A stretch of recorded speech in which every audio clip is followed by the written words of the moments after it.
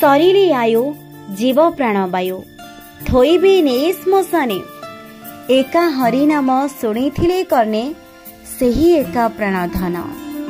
जो व्यक्ति निज उपरे कम आउ पर उपरे अधिक भरोसा करे से व्यक्ति केबे लक्ष्य स्थल रे पहुंची पारेनी।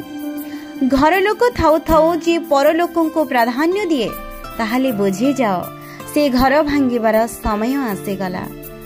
खराब हैबिट जेते मधुर हेउना कहिंके दिने डिजीज सृष्टि करि पारिबो। भल हैबिट जेते कष्ट हेउना कहिंके दिने यहाँ एक मेडिसिन रे परिणत होई जिवो।